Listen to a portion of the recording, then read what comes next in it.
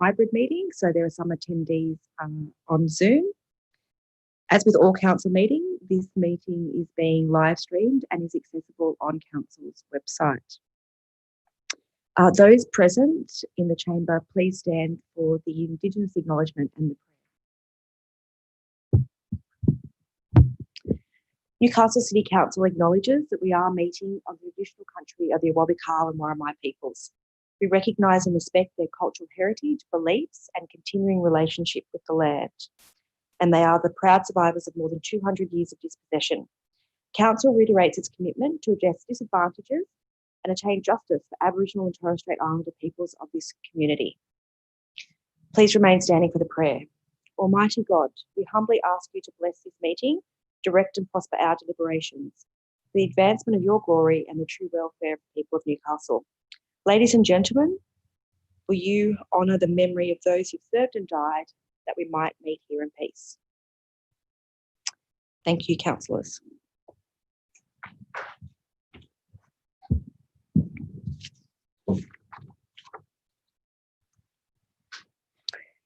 I can see that we have full attendance with the majority of councillors in the chamber and 3 councillors via Zoom, so there'll be no need for apologies or leave of absence.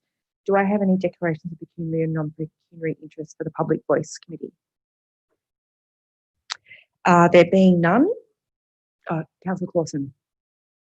Apologies, Lord Mayor, I'd like to declare a less than significant non-pecuniary interest. In relation to this DA, there was a petition circulated, one of the petition signatory, and was sent to myself in order, I suspect, to table at council.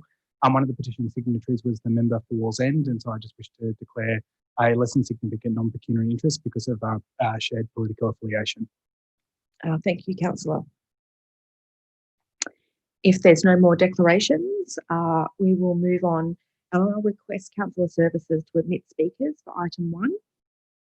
And I would like to say welcome to those speakers that are joining us here via Zoom. We have the same format for Public Voice. We will have Tony Pace and Stephen Box, 10 minutes, and they will be discussing their objections to 5 Erina Place, Northampton, the dual occupancy 2 3-bedroom detached dwellings and 2 lot strata subdivision. And then we'll have the DA applicants, Susan Irwin and Stephen Barr, for 10 minutes, and then we'll have 10 minutes of questions. I know that there is a presentation to be shared with councillors. So Tony and Stephen, whenever you're ready, please start your presentation. Sure. Is the presentation going to be displayed? Yes, thank you. Okay, hi. I thought I'd start off with this slide showing a photograph 55 Erina Place, which actually shows how the site is being used to store excess building materials. Next slide, please. My name is Tony Pace, and I'm speaking on behalf of 6 households in Dent Street. They're all my neighbours, and we are all significantly impacted by the proposed DA, and we'd like to thank the council for the opportunity to present today. Next slide, please. I'd like to start off by saying we do not object to 5 Erina Place being developed. In fact, we would like it to be developed. Currently, the site is significantly overgrown. It's used as a dumping ground for building materials. It's a potential fire hazard, and it's a source of snakes and vermin, and we've got some young children living in some of the households. What we do object to, though, is overdeveloping the site with the properties that would dominate the surrounding properties and obliterate our significant views. Next slide, please. Here's an example of an extract from the DA, which shows how the view from my property, which is 70 Dent Street, will be impacted by this DA. But this is a view taken, a diagram from my first floor balcony. 4 of the properties on our street are single-story properties, and all of us enjoy significant views from our decks on the first floor, on the ground floor. And so this is a bit misleading, this sketch in the DA, as I'll show you on the next slide, please. The top left-hand photograph is a photograph from my deck at 70 Dent Street. And as you can see, I can see over the top of 3 Erina Place and have a significant view of the city.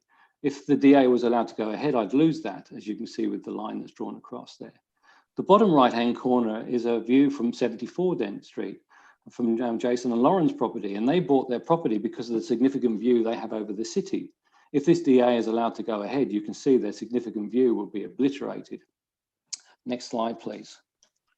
So, if this DA is allowed to proceed in its current form, it not only would obliterate the significant view from each of our properties, it would severely diminish the main attraction of the homes that motivate us to buy and live in this neighbourhood. We've also checked with some real estate agents, and they reckon it would also reduce the value of our homes if the views were impacted. And from an environmental perspective, we believe that the DA would actually, if it went ahead, would overshadow 3 Erina Place, where they've installed solar panels on their roof. The Newcastle DCP clearly states that significant views from adjoining properties have to be maintained, and this is not the case with this DA. Equally, the developer's environmental statement says it's important to keep the roof height down, and this is not the case with the DAO either. Next slide, please. Now, anybody living on the hill in Northampton, we should all be able to share the view. But there's a property in 10 Erina Place that has been designed and made so that its driveway and garage cuts into the natural lay of the land, and therefore it doesn't impact the view of the properties behind it. So what we're asking is that a DA for this site have sympathetic planning for all the neighbours so we can all share the views. Next slide, please. We're also very concerned about the landscaping. The proposed development is very, very large, as you can see from the sketch on the bottom right-hand side there. And we actually feel that it actually doesn't meet the landscaping requirements of the DCP, and we believe it should be rechecked. Next slide, please. So we've all written in submissions objecting to this DA. I mean, the main things is that this development will be imposing, it will be dominating and intrusive to the surrounding streetscape. It ruins the significant views that we currently enjoy from Dent Street. It would impact how Erina Place would look as well, because they'd be so big, these buildings.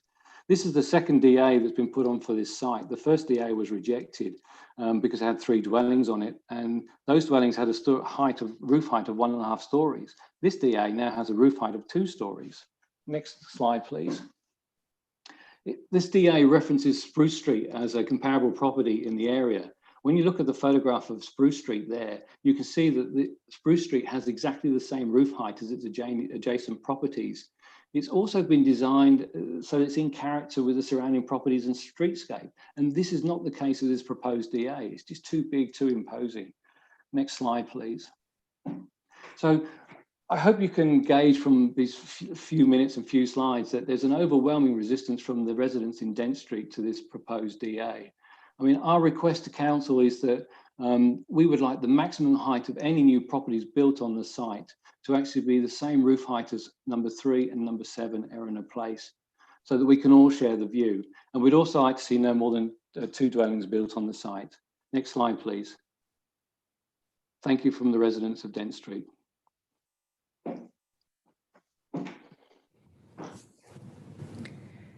Thank you for your presentation, Tony. Does Stephen have any additions to that presentation? Yes, I have one also. There will be a couple of things that are doubled up on, but yeah, I do have one there. Hopefully it can get brought up on the screen right away. Great, thank you.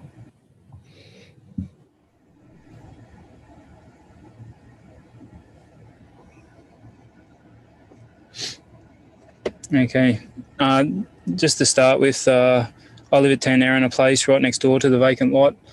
This is a photo halfway down Erina. You can see that it is quite overgrown, and you can see the 2 poles in this photo, which will indicate the northernmost height of each dwelling, which also extends 6 metres to the left of each pole. Can you go to the next slide, please? I just want to say that, yeah, everyone on Erina Place has come forward and put submissions in objecting this, so I'll be representing everyone. And I'm the same as Tony. Everyone in our street at Erina Place is the same as Tony. Some people have lived there up to 40 years and they really want to see the property developed. They think it's good for the area, but the same thing has to be said about how it's developed to not impact everyone around them. Next slide, please. The shadow diagrams, I believe, are a little bit misleading. You can see on the picture on the left there, the north facing and the angle of the property compared to the Google north facing on the right. I think this will impact the private zone of the house adjacent, and the shading diagram is not accurate because the north face on the proposed diagram is not correct. Next slide, please. Okay, so I'm not 100% sure on the law and how things work, but the applicant has nominated the public-private space in the backyard of 3 Erina Place. And as I said before, I'm not sure if they're allowed to do that, but the area is supposed to be unshaded for 2 hours. The 2 hours that it is unshaded, the shade does barely start to come into that public-private space, and I think that would change again with the shadow diagram if the orientation was correct. Next slide, please. The front setbacks. So in the original application, the applicant stated that the average for the area was 7.3 metres.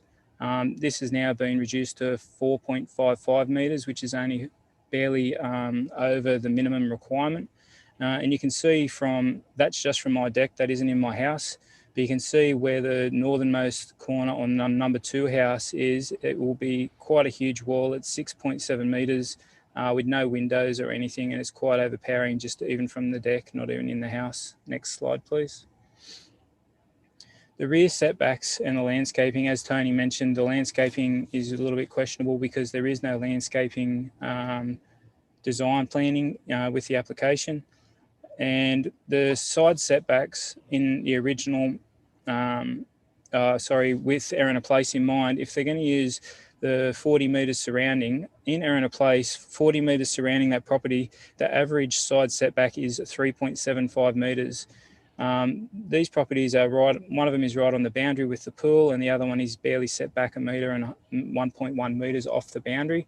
So that in conglomeration with the overall height of the building makes them very imposing, and it has privacy concerns for all around. Next slide, please. So the streetscape, Tony mentioned the house that was mentioned in the application.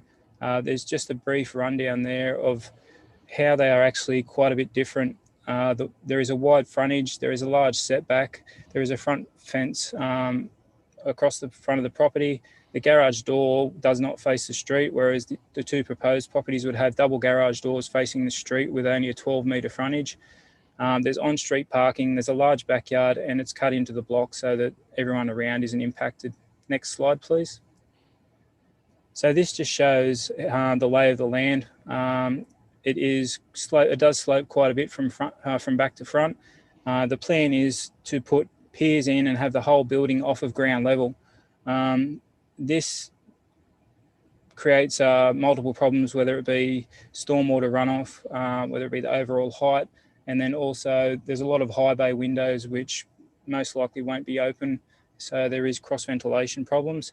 And the garages on the front in the yellow area will actually need fill board in to be able to do the concrete floors there because they are too low. So seeing as though it is such a sloping property, the design should be set out so there is not fill required in the property. Next slide, please. So Tony put this one forward, and this is what I propose is overcrowding the block. The orange shows you how the original application was, and now it's gone to 2 properties with a small gap purely on the number 2 house boundary. The number 1 house actually goes right up to the boundary with the pool. All the white area of the building shows you that the overall design and the 2 properties are actually bigger than what was originally proposed. They come quite a bit closer to the road, and they actually go back with the entertaining areas out the back. Next slide, please. So the scale and the proximity to the street, I showed you guys the one at the beginning, which shows you the scale. There is multiple photos there that does show you the overall height from both outside of my property and number 3 either side. It is extremely overpowering. The number 1 unit's ground floor level is actually higher than the gutter level on the number 3 house. Next slide, please. So the infrastructure and street problems that I see, we currently put bins out on the street in a position that is usable for the truck driver. And there's also 1 car spot out the front of each property for visitors. The way that it's proposed with very small setbacks and small driveways, there won't be much room for any visitors parking in and around the properties. It'll be in front of other properties, or it will be blocking the street. Next slide, please. There is a large native at the back of the property, which was in the original photo as well. It has been noted as only a medium-sized tree of medium importance. On a visual site, it is probably 9 to 10 metre tree. It's the only native of that size on the block. All other natives by the proposal will be taken out for the development. Next slide, please. So this just, as I stated earlier, there will be fillboard in. The bottom two pictures show you that there is quite a steep driveway. The number 2 house actually barely meets the maximum steepness of the driveway at 1 to 4.3, whereas 1 to 4 is the maximum. And it also just shows you the overall size of the property with a 1.8 metre fence along the side that it does impose on both the neighbours. There is no erosion plan that has been submitted either, so there is concerns also over how piering and water runoff will be addressed. Next slide, please. So basically, just in concluding, on behalf of all the residents, the few things that I would see would be the best for the block and for all encompassing would be a maximum of 2 residents, having the properties set back onto the lot so that there can be a wider frontage, so that the fronts of the house aren't purely double garage with a deck on top. Streetscape is a big thing, and that would be quite, it wouldn't look like anything else in the neighbourhood. Try and utilise the natural ground level so that they can cut into the block and they can step up as the block gets higher at the back. This would mean that there will be an overall lower height, not imposing on any of the neighbours, and they will be able to use other windows so there is better cross ventilation. I also believe that there should be some usable landscaped area along the boundary of 3 and 10 Erina Place. This will help with privacy. And I would like to see the big native tree also kept as well. Just things for your consideration. Thanks very much for the opportunity to address you. Thank you, Mr. Pace and Mr. Box, for your presentation.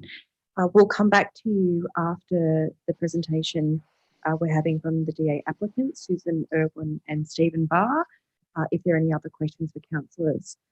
And I think I can see the 2 applicants on the screen. So whenever you're ready, we are ready for your presentation. Thank you, Lord Mayor, councillors, staff, and also residents. Thank you for the opportunity of just presenting today. I'll just give a short presentation on the controls and then follow up. Sue Irwin, who's the owner of the block, will also just give a short submission as well. In terms of the background here, so it is a dual occupancy with 2 by 3 bedroom detached dwellings. It's a 2-lot subdivision on the site as well. Next slide, please. The history of this application is an application that was originally lodged on the 16th of December last year for 3 detached dwellings. There was 12 submissions received in response to this development. The applicant, as a result of that, amended the application and reduced it to 2 detached dwellings. That was re-notified, and there was 5 submissions were received on the amended application. Next slide, please. You can see the site itself is located in an established residential area. It's predominantly surrounded by 1 and 2 story dwellings. It is zoned residential, so it's permissible in the zone what's proposed, and it's a very large block of land. It's just under 1,000 square metres, and this site has remained undeveloped for decades. Next slide, please. There's just a couple of slides here that show a couple of images from the proposed development. This is looking at it from the street, from Erina Place. Next slide, please. And this is just a plan view showing the footprint of each of the buildings as well. There is some landscaping shown there as well that the architect has placed. Next slide, please. This is the LEP controls. So the maximum height on the site under the LEP is 8.5 metres. The maximum height that we're proposing for this development is 6.5 metres, which is at the front of the block. The minimum lot size is 450 square metres, and the two lots here both exceed that. I would just bring to your attention that those minimum lot sizes assumes that we're not putting any dwelling on the site. Where we're doing a combined DA with dwelling and subdivision, we could reduce that down to about 300 square metres. The maximum floor space ratio is 0.6 to 1. We're well under that at 0.47 to 1. So it's certainly well within any of the LEP controls. Next slide, please.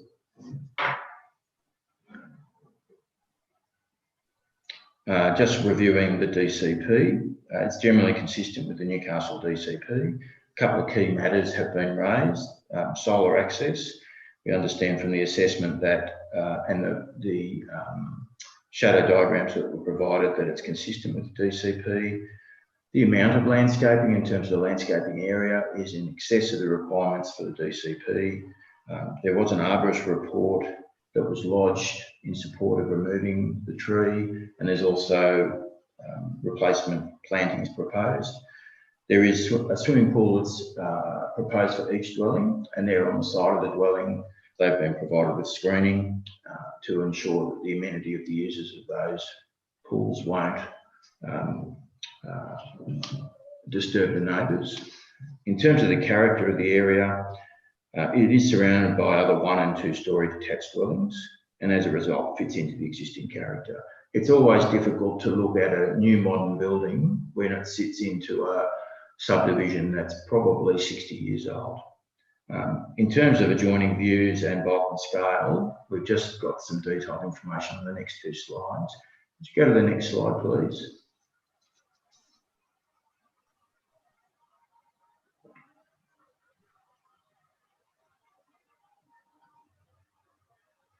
Could you do the next slide, please?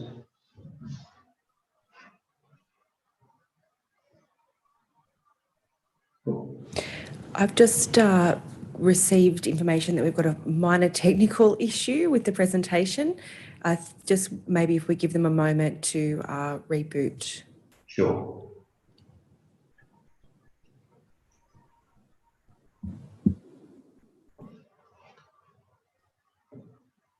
That's it. Thanks very much. In terms of looking at the adjoining views, the development has considered the views from the adjoining rear properties. The things that have been done to consider that is it's incorporating a flat roof. It's at least 2 metres under the prescribed maximum height at the front of the property. It's well under that at the rear of the property. We note that in the DCP in section 3.03, which is regarding residential development, it states that the reason for setbacks is to actually assist in maintaining views and minimising impacts on views. The DCP requires a 1.5 metre setback for wall heights up to 4.5 metres. This proposal has a 3 metre setback from the rear boundary, and the height of the wall is only 3.5 metres, so it's below the 4.5 metres and larger than the required 1.5 metres under the DCP. From the survey, and we know the survey is 5 years old, but the sheds at the back show the levels of the guttering of those sheds at the back. Those levels are lower, the levels of the shed are higher than the rear of the house. And it's also important to note that the block of land has been vacant for 50 years, and given it's located in an established residential area, this lot was always going to be developed, and the proposal is sympathetic to the adjoining owners for the reasons outlined above. Next slide, please. In terms of considering the bulk and scale, it's important to note we're well within the nominated building envelope. It is sympathetic to the sloping site in that it's 2-storey at the front and a 1-storey at the back. It's 6.5 metres high at the front and 3.4 metres at the rear. That's 2.5 metres below the building envelope at the front and just over 5 metres below the building envelope at the rear. It is surrounded by the 1- and 2-storey buildings. The bulk and scale is reduced by wall articulation and appropriate landscaping. and the development is conservative compared to what the prescribed regulations are. Next slide, please. Just in conclusion, before Sue speaks, it's consistent with the Newcastle LEP regarding permissibility, height of building, minimum lot size and floor space ratio. Development is generally consistent with the controls of the Newcastle DCP. The size and scale is appropriate for the land and sympathetic to a sloping site, and the development has considered the views of the adjacent neighbours and design has minimised that impact. Thank you very much for the opportunity to present, and I'll just hand over to Sue. Thank you, Lord Mayor, councillors and residents. I just want to speak about that area. I know the area really well because I was born to 70 Dent Street, the house which my father built, and actually raised my family in Erina Place. So I'm well acquainted with the area, well acquainted with the whole situation of the views and the feeling of the area. So I just want to say that we've worked really hard. Because my family grew up in Dent Street, we understand how important that view is, and we have done the best that we can to maximise that view for the people who are living there. We understand Erina Place and the cul-de-sac because I used to park there myself. Understand what it's like, but I do believe it's totally workable, and that cul-de-sac, a cul-de-sac in itself is a lovely community to live in. One of the problems is that it's a cul-de-sac, so you can't drive through it. I just also want to say that that land was left to me and my brother in our parents' will. Dad had always planned to build on it, but he never did. So we now have it, and it's our turn to do a development on it. We believe that the development will actually enhance that street. We know the block doesn't look very nice at the moment, and these buildings will make it look great, which we actually believe will improve the value of every other property in the street. And as you can see from what Stephen's been saying, we have spent a lot of time trying to make this comply and with the neighbours in mind, and to make the neighbours happy. So thank you. Thank you very much for your presentation, Mr. Barr and Mrs. Irwin. I'll invite questions from councillors to both presenters, the objectors and also the applicants. And I'll just open it up to councillors both on Zoom and also here in the chambers. Are there any questions, councillors? There's no questions coming from councillors here in the chambers. I'll just check Zoom. I can't see any indication from questions via councillors via Zoom. So that will actually conclude. Oh, Councillor Rufo has a question. Excuse me, thank you, Lord Mayor. Question is to the applicant. Was there any consideration given to the cutting into the block to perhaps keep the height down during planning?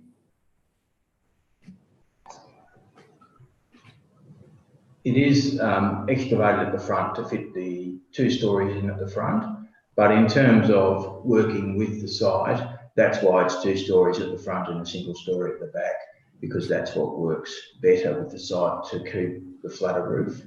If we were to go to the full extent of that building envelope, then we probably would need to do more excavation, and we would need to cut that in to the site. But as it is, the building actually, the way that's designed is there is some cut at the front, but it's just to ensure the 2 stories at the front and a single story at the rear. Thank you. Are there any further questions either in chambers or on Zoom? I'll just check the Zoom chat. It doesn't look like there's many questions. Both presentations must have covered enough information for councillors. Thank you to both the DA applicants and the objectors for your time this evening. We very much appreciate the extra information you've given us as councillors. In doing so, this actually concludes our public voice agenda for this evening. So I will close the meeting at 6:30 p.m. Thank you very much. I'll just wait a moment while we get ready online, and then we'll roll over into the Substantive Development Application Committee.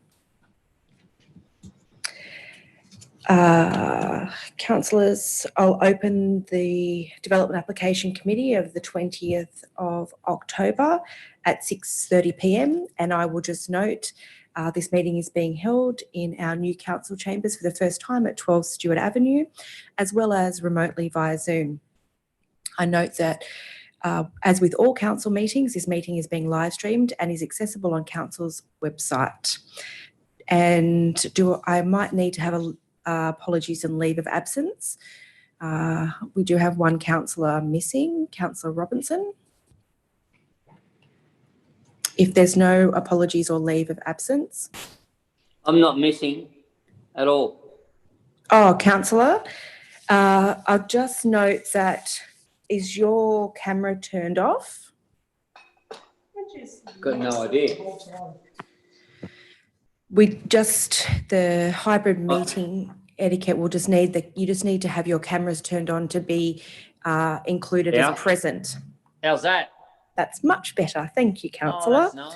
I'll just note that during council meetings, as per the memo that's been distributed for a while since we've been in COVID meeting, either via Zoom, just to be counted as present at a meeting, you do need to have your camera turned on. So there will be no need for apologies or leave of absence. Do I have any declarations of pecuniary or non-pecuniary interest? Councillor Rufo. Thank you, Lord Mayor. Lord Mayor, as I've done on previous occasions, I wish to declare a non-pecuniary significant conflict of interest with item 39 DA 2017-01376, which is 495 501 Hunter Street, Newcastle. This is due to the fact that a spokesperson that addressed council at the public voice session on this day, DA has generously donated to a charity I sit on the board of that raises money for breast cancer research. And I'll deal with the matter by removing myself from chamber. Thank you, councillor. I have a copy of that for council services if they require it. That's great. Thank you, councillor. Are there any further declarations? Councillors?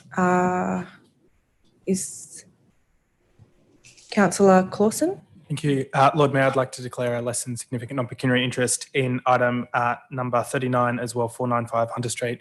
It's the same interest I've declared previously. One of the objectors has identified themselves as being a member of the Labor Party in correspondence with me. I just wish to declare a less than significant non-pecuniary interest given the political interest. Thank you, councillor. Are there any other further declarations of any items on the agenda? Councillors, as per my previous declaration at the extraordinary DAC held via video conference via Zoom on the 28th of July, I declared a non-pecuniary significant interest in this item, which is now item 39, Development Application 2017/01376, 495 501 Hunter Street and 364 King Street.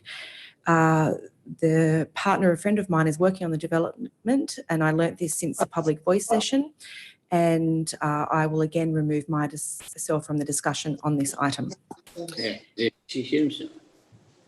Sorry, councillors? If you're not speaking, you just need to put your microphone on mute. Councillors, is there any further declarations of pecuniary or non-pecuniary interest? There being none indicated, I will move on to the minutes of the previous DAC meeting held on the 15th of September. Do I have a mover of the minutes? Councillor McKenzie, do I have a seconder? Councillor Clausen. All those in favour, please raise your hands. All those against? As there are no votes against, I declare those carried unanimously. Councillors, we'll move on to the first item, which is DA 2019/01352, 64 Frederick Street, Merriweather, dwelling house, alterations and additions. Do I have a mover of the recommendation?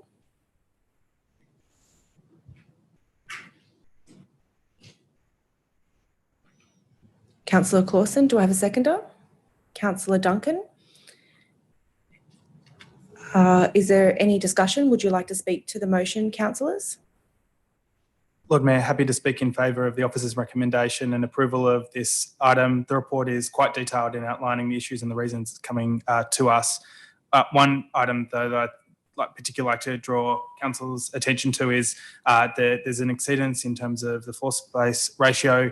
The report outlines that the original variation was in the order of 44%, but there have been quite a number of changes made as a result of the application process with Council, and that FSR exceedance is now 17%.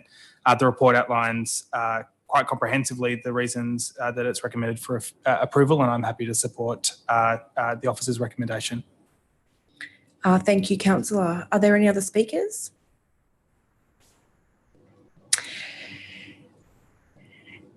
If there are no other speakers, I'm just checking Zoom. Would you like to close the debate, Councillor?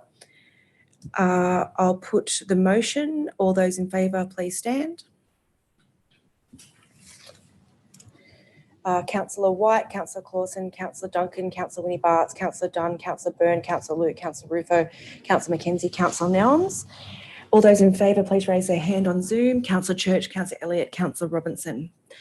As there are no votes against, I declare that motion carried. Thank you, councillors. We'll move on to DA 2020/00443, 9 Beach Street, Newcastle East, dwelling house, alterations and additions. Do I have a mover of the recommendation? Councillor Mackenzie, do I have a seconder? Councillor Duncan, thank you. Would you like to speak to the motion, councillor? Councillor Duncan, would you, a seconder, like to speak to the motion? I'll just check if there's any speakers on Zoom. Not that I can see. I'll just make a last call. If there's no further speakers, I'll put the motion. All those in favour of the motion as moved and seconded, please stand. Councillor White, Councillor Clausen, Councillor Duncan, Councillor Winnie Bartz, Councillor Dunn, Councillor Byrne, Councillor Luke, Councillor Rufo, Councillor Mackenzie, Councillor Nelms. All those in favour on Zoom, please raise your hand. Councillor Robinson, Councillor Elliott, Councillor Church. As there are no votes against, I declare that motion carried. Councillors, we're up to item 38, which is DA 2019/0082433 Lloyd Street, Merewether, residential accommodation, alterations and additions, change of use to dual occupancy and 2-lot strata subdivision. Do I have a mover of the recommendation?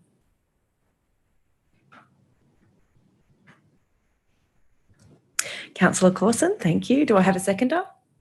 Councillor Mackenzie, thank you. Would you like to speak to the motion, Councillor Clausen? Lord Mayor, happy to speak again in favour of the officer's recommendation for this proposal.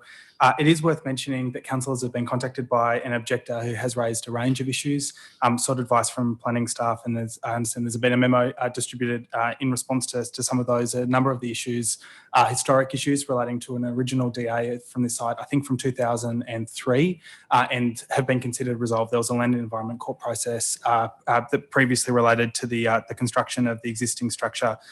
This DA primarily, though, is a change of use to a dual occupancy. It's appropriate for the zoning.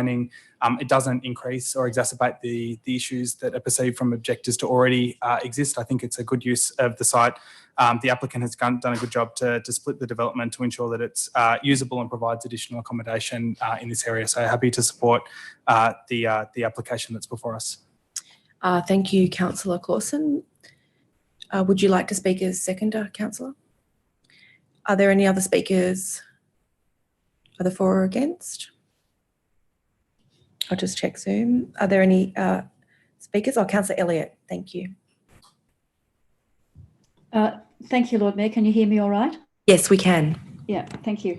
Look, I just wanted to address the stormwater management and drainage, and I note that we just received a text message to say that we had received a memo after the meeting started, so I've been trying to read that, but with your indulgence, would I just be able to put a question through to Ms Bisson? I understand from what we have just received that there are some additional stormwater management and drainage requirements as a condition of consent, and I'm just not sure whether that's in response to the objector and whether that will resolve the stormwater issues that have been raised, and or whether or not they were conditions that were already in place. it's just, and I apologise, I just haven't had a real opportunity to read that and be able to go back and have a look at the objectors' comments in the allocated time. Thank you, Councillor. I'll put those questions through our CEO, Ken Liddell, through to Ms. Bisson. Thank you, Lord Mayor. The proposed condition, I'll just, was to replace, there's a dispersion trench when the dwelling was approved initially, and they're replacing that, removing the existing trench to replace it with a new dispersion trench, which is considered to accommodate the runoff of the existing roof areas, as well as the additional hard stand areas. And that condition was initially proposed prior to this most recent correspondence from the objectors, but they did put forward initial submissions and they were considered as part of the assessment. Thank you. Thank you. Thank you, Ms. Bisson. Does that answer that question, Councillor Elliott? It does, thank you, Lord Mayor. I'd just like to make a quick comment that couldn't hear Ms. Bisson very well as she deviated from the microphone, so if speakers could just kind of stay close to the microphone, that would help those of us on Zoom. Thank you. Great, thank you for that. Are there any other speakers? Councillor Church.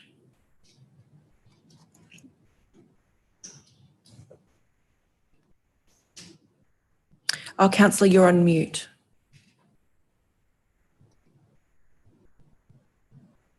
Can you hear me now? Yes, we can hear you. My apologies, Lord Mayor. I can't support this DA for a couple of simple reasons, and I do want to thank the staff for their detailed response via the memo, which I have had a chance to read very briefly.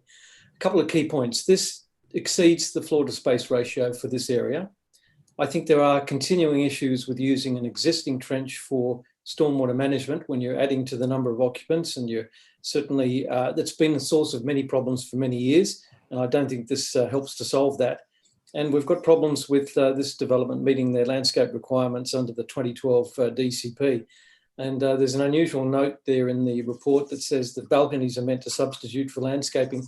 I don't agree in my view, so I'll be voting against this, Lord Mayor.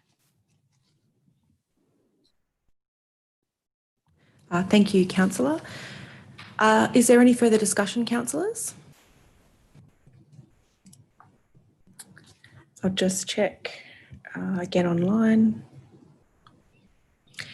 Councillor Clausen, would you like your right of reply? Councillor Clausen has declined, so I will put the motion as moved and seconded and take the vote by division. All those in favour, please stand.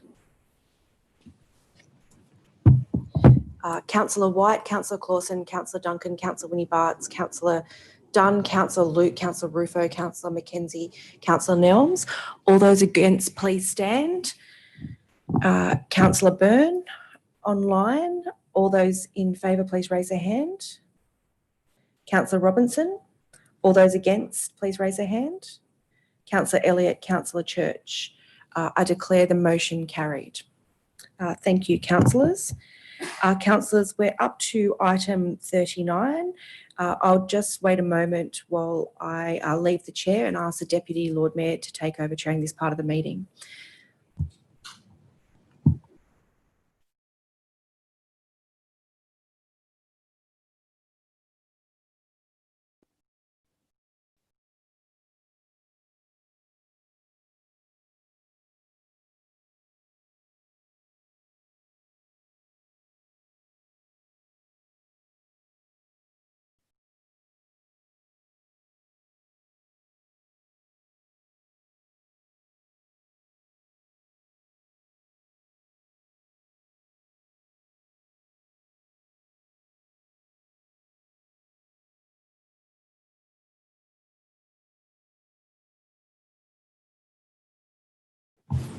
Thank you, Lord Mayor. Councillors, we're up to item number 39, which is 495 Hunter Street. I am going to move the officer's recommendation from the chair. Can I ask for a seconder? Councillor Duncan, thank you.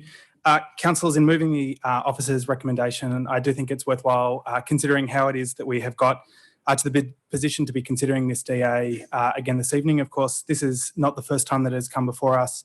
We considered this proposal twice at Public Voice, and then it has come to 2 previous development application committee meetings. Most recently, when councillors decided to lay the item on the table and refer it to the Urban Design Consultative Group, statutory SEP 65 review committee, to confirm some of the outstanding issues that had been raised with us by opponents of this development. I made comments previously during the last 2 times that we considered this application that I thought that there was a better outcome that might have been achievable across this site, but it did require earlier lot consolidation as part of the broader development that has happened in this part of Hunter Street. And so whilst other development has proceeded, that has precluded that has been an option. And unfortunately, we have the application before us this evening, which I believe is the best possible use of the land that has been left as a result of that urban lot consolidation. The officer's report is quite detailed, and as we've previously discussed, there have been a range of iterations of this development. The officer's report outlines that it has been to the Urban Design Consultative Group on a number of occasions, and whilst it's been to the UDCG on a number of occasions, it should be worth noting that that isn't particularly unusual for a development of this nature. It is, of course, just under $20 million, a very substantial investment in the city. Most recently, the UDCG considered a set of plans and there were some amendments made in August, and the proposal was resubmitted back to the UDCG. The UDCG has provided us with advice that they consider that the plans are an acceptable set of plans, that they do meet the design excellence criteria of the DCP, and that it's a worthwhile proposal in its current form to proceed to that site. The council papers before us also document a number of the concessions and changes that have been made, increases to setback and the like, a reduction in the number of apartments. Originally, there were 92 apartments proposed for this site. That is reduced to 83 apartments in the most recent iteration of plans. Unfortunately, there have been threats made from both objectors and the applicants that this decision that we make this evening, regardless of which way it goes, may end up in the Land and Environment Court, and I think that is quite an unfortunate outcome. It's also worth mentioning, and it was included in the background of the rescission motion, some of the procedural abnormalities that led us to having another conversation about this development application this evening, that being where councillors had previously declared significant conflicts of interest and in fact have removed themselves from the chamber this evening, but also voted on this DA in its previous forms. It is worth noting that it is unfortunate that we are considering it in this format, but I am strongly of the view that the result of the UDCG process, the fact that council took the opportunity to lay it on the table, has meant that we are seeking the best possible expert advice in making an informed decision based on the detailed information provided from our planning officers, who of course know the ins and outs of this much better than we do. So I will be supporting the officer's recommendation. Councillors, are there any further speakers? Councillor Clausen, I'd just like to let you know that Councillor Robinson has been bumped off the meeting. We'll see if we can get Councillor Robinson back in a moment. Thank you. Councillors in the chat, I have Councillor Church, so I'll go to him. Thank you, Deputy Lord Mayor. My position on this particular DA has been consistent since the early days, and I simply want to reiterate some of the key points, because even though there have been some changes to this development, there have been changes at the fringe, we still have what is basically a narrow and constrained site. And in my view, this is an overdevelopment. What we have is some tower of apartments sandwiched between 2 existing and neighbouring tower developments. They're simply too close to the boundaries and simply too close to each other. We know the apartment design guidelines recommend, in a perfect world, that apartment buildings should be at least 12 metres apart. Now, while that's not possible on this site, we've been advised by council staff that at its closest point on the western boundary, this proposed new development will be about 4 metres from its neighbour. That produces a serious loss of solar access to a large number of units on both sides. In fact, to the Sky residences in particular, we've been advised by the developer that some 17 units will be down to about 1 hour of solar access a day. So it seems strange to me that we would be approving one development on this site, which then almost deems the neighbour to be non-complying by our own rules. There are severe impacts for the occupants of Worth Place apartments, and the many submissions made by them has made it very clear what their position is.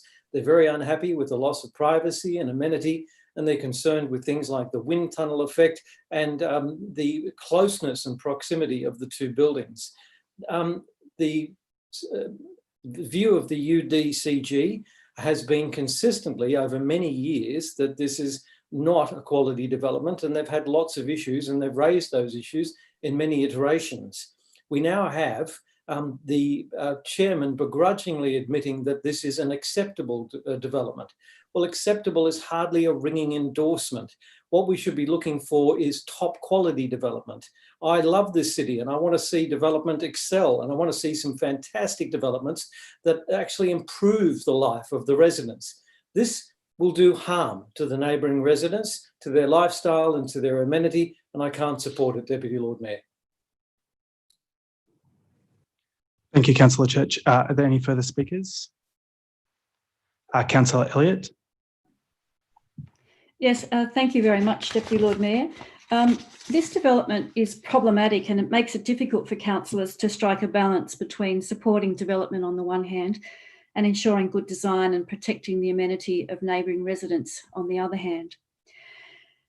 I acknowledge the developer has had difficulty in maximising return while working on a constrained site. We all understand that difficulty, but the neighbours have had difficulty in accepting that a development on such a constrained site can be approved with such marked impacts on the amenity of people living in the buildings on either side, and indeed those who will be living within the subject development.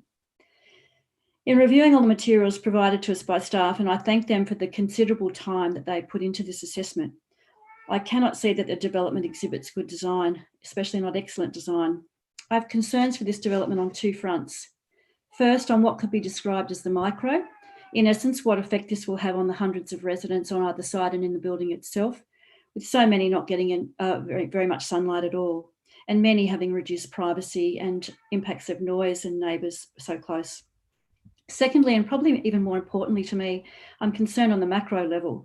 What does this mean for our aspirations to be a city which is developed in a sensitive and sensible way and to leave a positive legacy for generations to come?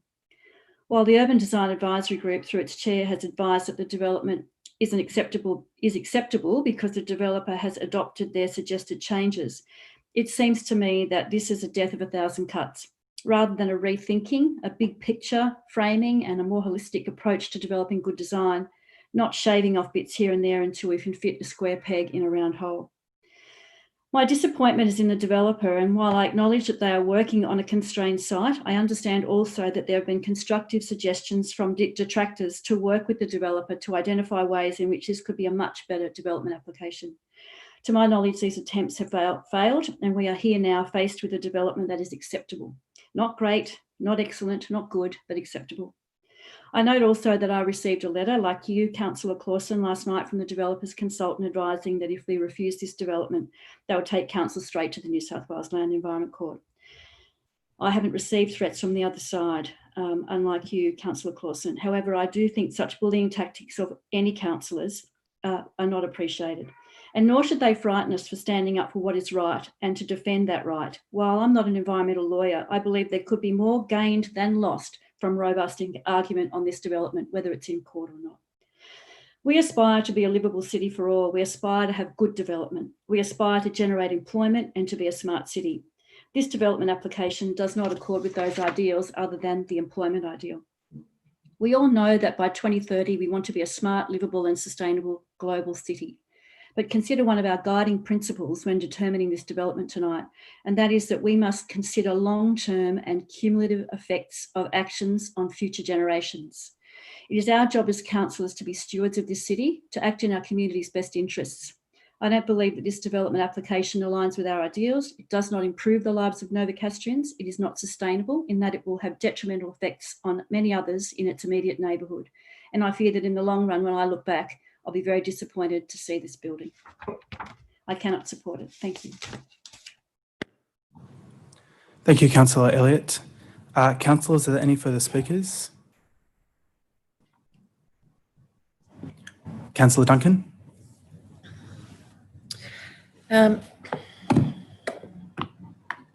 Yes. Thank you, Deputy Lord Mayor. I've forgotten. Have I got to stand for this one? No. Okay.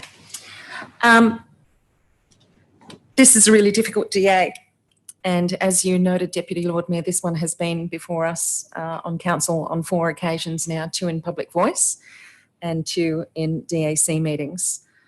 I think it is highly appropriate that this council referred this DA back to the UDCG for further expert review, and I appreciate the work that they, the UDCG and our staff have done to provide us with more information. And I think we also need to acknowledge the expertise of our staff and of the Urban Design Consultative Group. This is not the first somewhat difficult DA that council has dealt with, and nor will it be the last that we deal with. And while I recognise the significant investment of some $20 million, at a very human level, it is actually no more nor less deserving of the application of expertise than the smallest of DAs in our city. But the neighbours are also no more nor less deserving of being kept in mind by us while we consider this DA. I am, however, confident in relying on the advice of council officers and the Urban Design Consultative Group. Councillor Church referred to the chair of UDCG as having given approval begrudgingly. I don't think it's appropriate for any of us to be putting words in the mouth of the chair of the UDCG.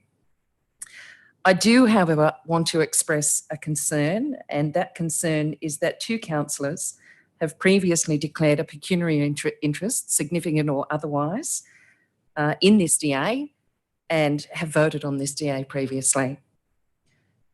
I am worried about that. But there is no perfect world, and we need to deal with the issues that are put before us and to act on the advice of true experts. Thank you, Deputy Lord Mayor. Thank you, Councillor Duncan.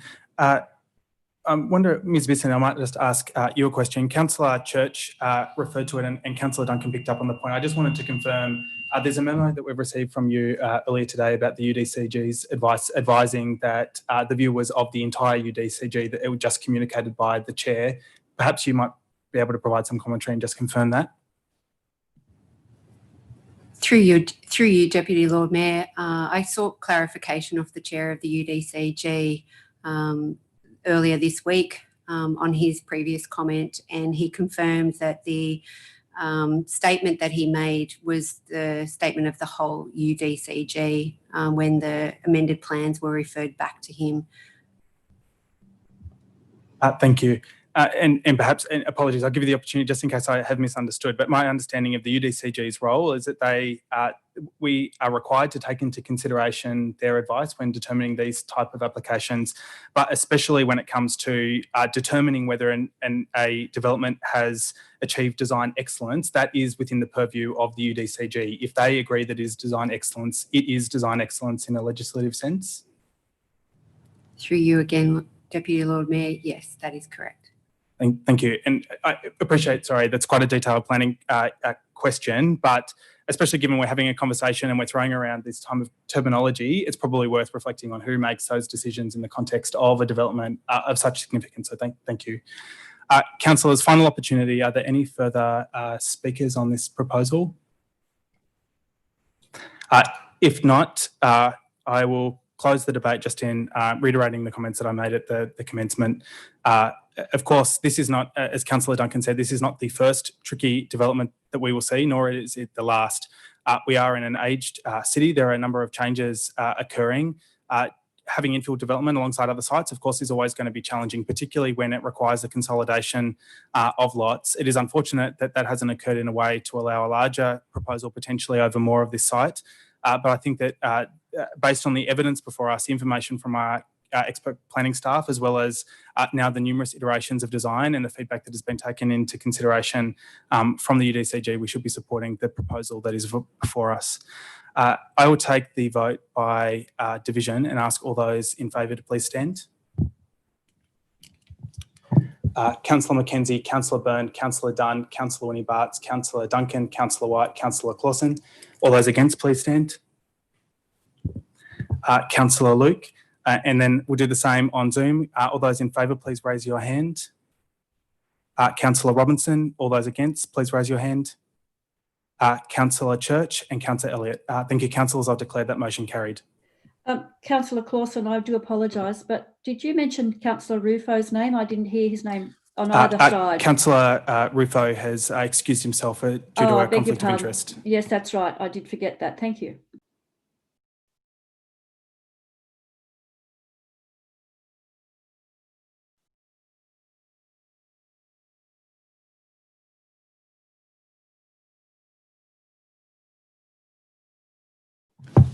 Apologies, councillor. It's probably remiss of me not to just close the meeting. That was the final item on the agenda. So I'll close the Development Applications Committee meeting at 6:38 p.m. Thank you.